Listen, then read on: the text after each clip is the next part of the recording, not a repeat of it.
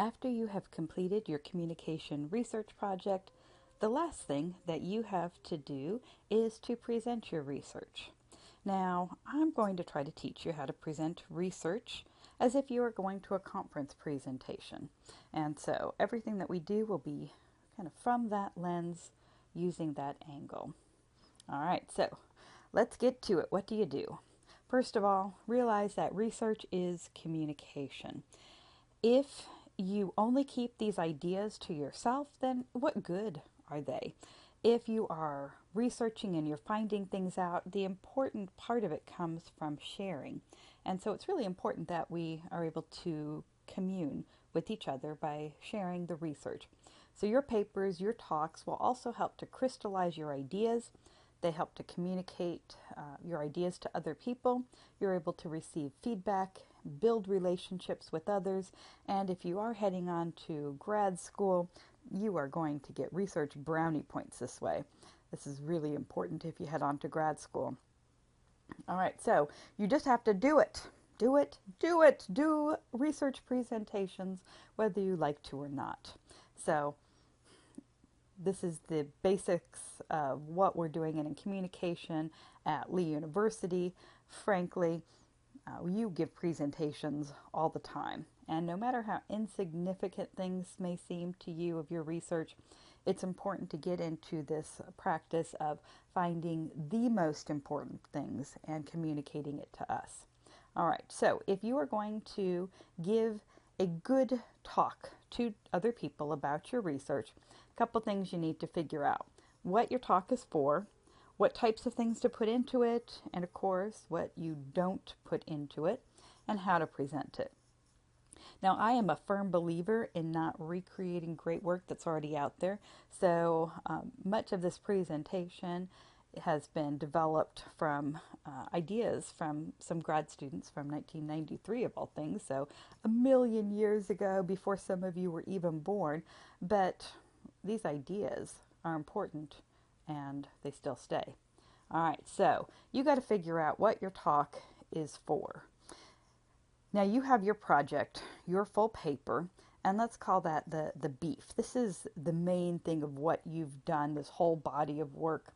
And let's be honest, a presentation, you can't give the whole beef.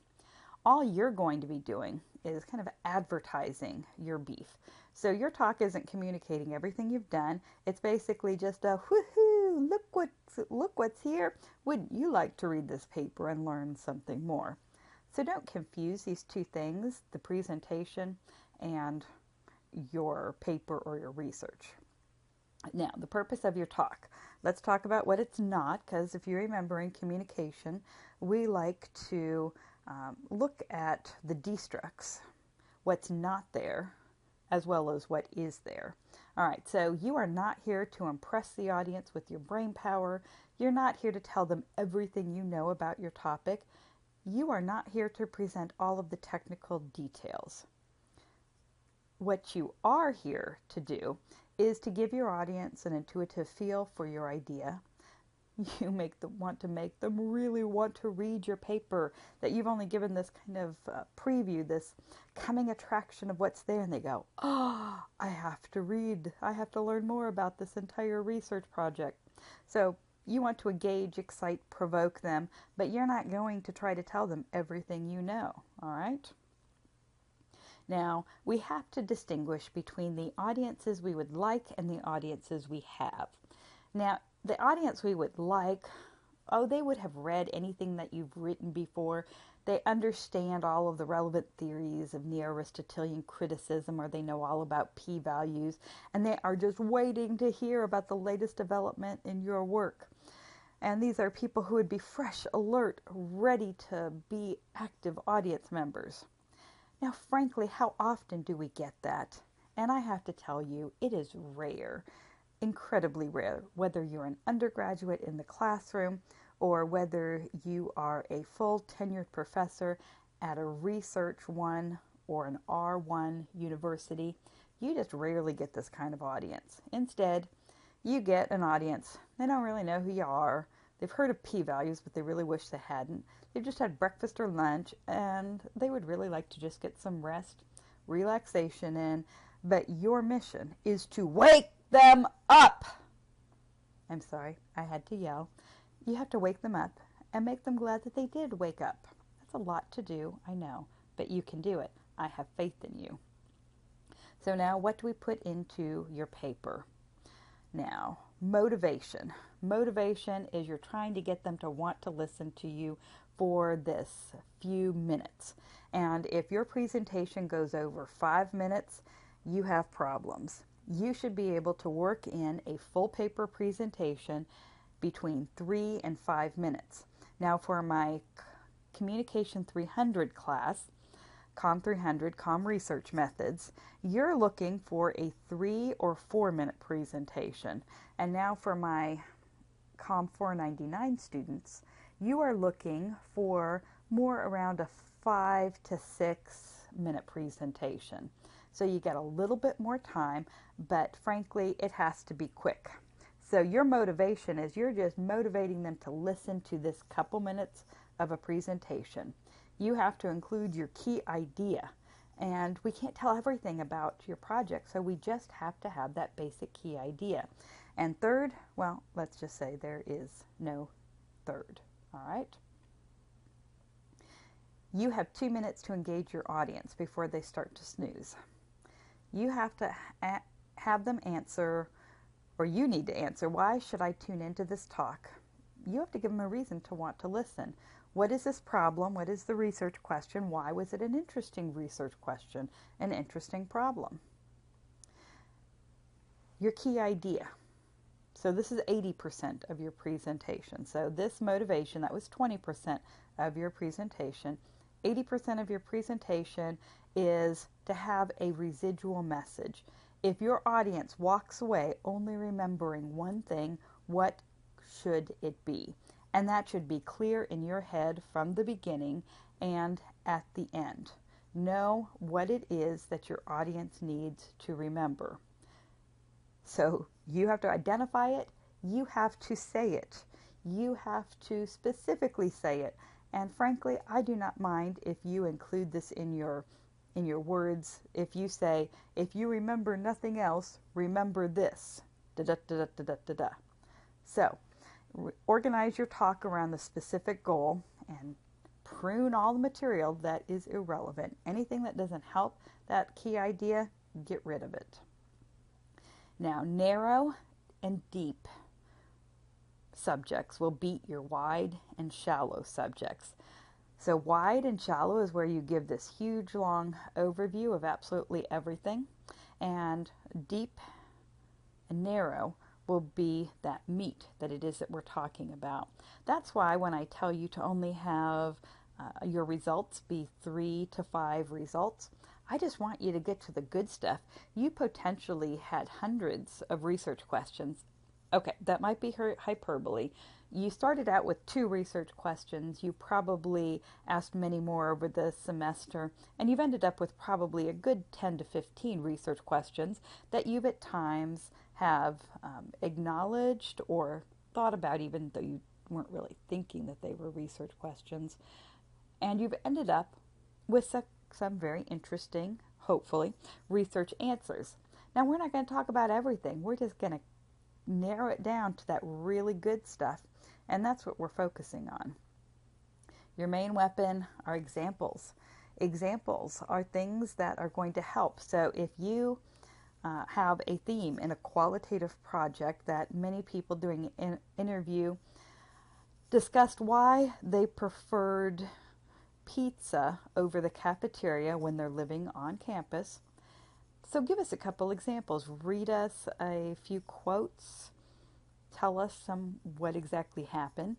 If you have some interesting numbers or p-values in your stats, give us those. So for example, this is the question, this was a correlation, this is the p-value. But we don't give everything again. We just give the ones that are interesting and of note. What do you leave out of your presentation?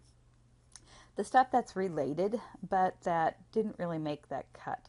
Now, so this is work that you did, but it's not interesting or not related to this one point. We're going to leave it out. And we're not going to talk a lot about your literature review and what other people have done.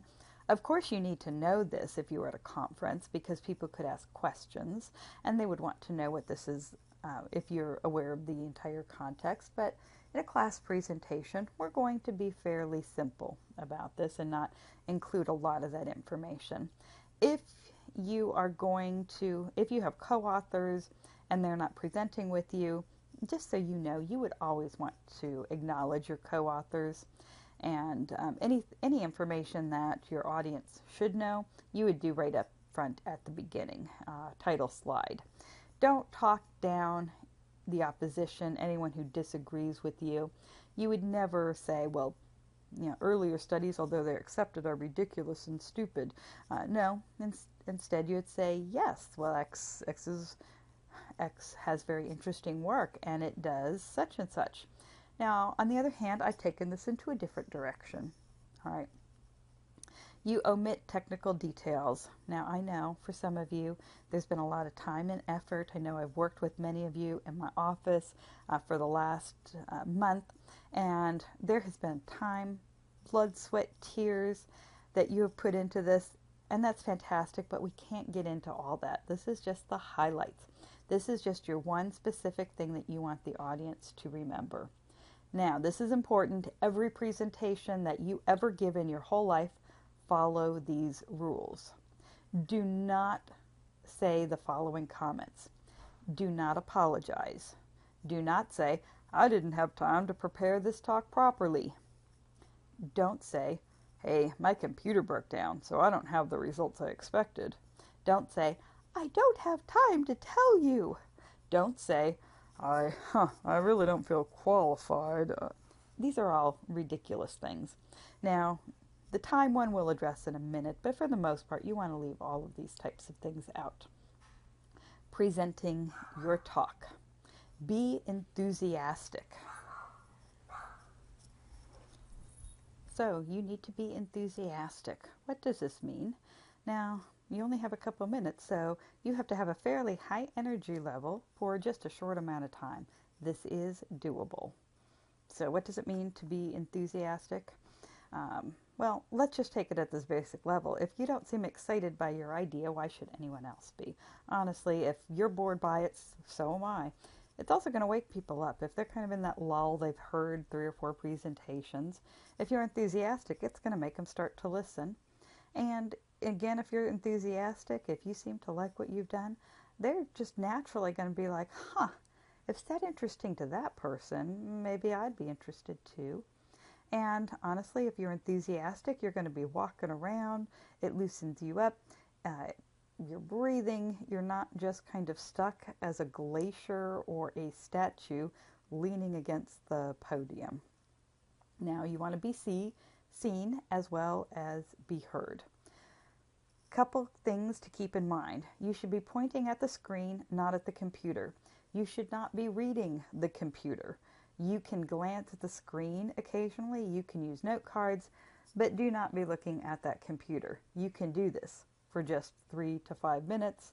You can do it. Now, divide the room into thirds. You have a left side of the room, middle side of the room, right side of the room. You're going to systematically scan. You look at the left side for a sentence or two, then shift your head, look at the middle of the room. Then, again, you're going to shift, turn your body, look at the right side of the room. Then go back to looking at the middle of the room, then back to the left. It's very systematic, it's smooth. Nobody really notices when you're doing this, but they notice when you don't. So you just systematically look at everyone. Don't forget to speak to the people at the back of the room. Don't only focus on the people in the front row. Make eye contact and always look for a nodder. We love nodders. That person who looks at you, they nod their head, they smile, they give you great feedback. If you can find more than one nodder, that's even better. But those nodders just give you hope. They give you just this valuable sense of, I'm getting through to at least one person. So look for them. Do not lean on the computer table. Do not lean on the podium. All right. This is one of the things that makes for one of the most awful presentations. Now, presenting your slides. I've asked all of you to have PowerPoints for your slides.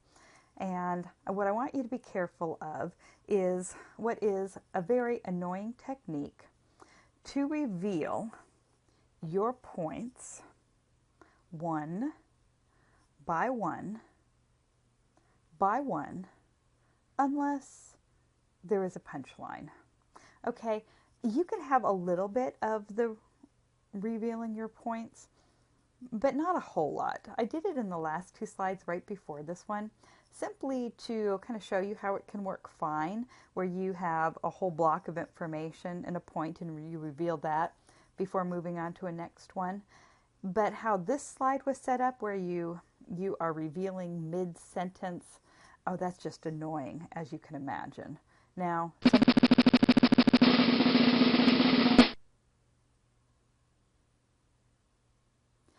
do I even need to say anything about that? I think you get that. Not too much, just a little animation. Now, finishing. Absolutely, without fail, finish on time. Audiences are going to stop listening when your time is up. And so you might as well have just stopped in the middle of a sentence because they're not paying attention. So when your time is up, you wrap it up and you move on. So you simply want to truncate, conclude. Truncate means to shorten. And now I mentioned earlier that I was going to come back to the whole time thing, and that you don't want to apologize if you're short of time. But on the other hand, if suddenly you realize that somebody is holding up time cards and you need to conclude, one of my favorite ways is to basically shorten and say, I wish I had time to tell you all of the fascinating aspects of this project, but I must conclude. If you want to know more, let's go for coffee and I'll buy. Because one of the most important things that we can learn about freshmen in college is that if they're living on campus, they're eating pizza more than 2 times a week. All right, so that's just kind of an example of if you need to just get to the end, we do that. That's not an apology, but it's an acknowledgement that you don't have time for everything. You will never get to the end of your speech, and if somebody's holding up time cards that basically says end or stop, you don't want to pause and say, would you like me to go on? Because the chair or whoever's holding up those note cards, they're kind of lost and they don't really want to be rude and say, no, just stop now. All this to say, you need to finish on time and finish strong. Now there is one last aspect that I'd like to cover, and that is that there is hope. If you are presenting at a conference, and if you're presenting in front of your peers, I know it's a little threatening, it's a little nerve-wracking for many of you, but the funny thing is that at conferences, the general standard, the level of presentations are fairly low, so it doesn't take a whole lot to stand out and be amazing. This is true even of communication conferences. So here's the deal. If you can get people interested in your topic, if you can be enthusiastic, if you're communicating something new, and if you leave your audience wanting to know more, then you have done a fantastic, knock it out of the park job. And I have faith that you can do this. And so when we have presentations, this is what I want you to do. I look forward to hearing you all very soon. Bye-bye.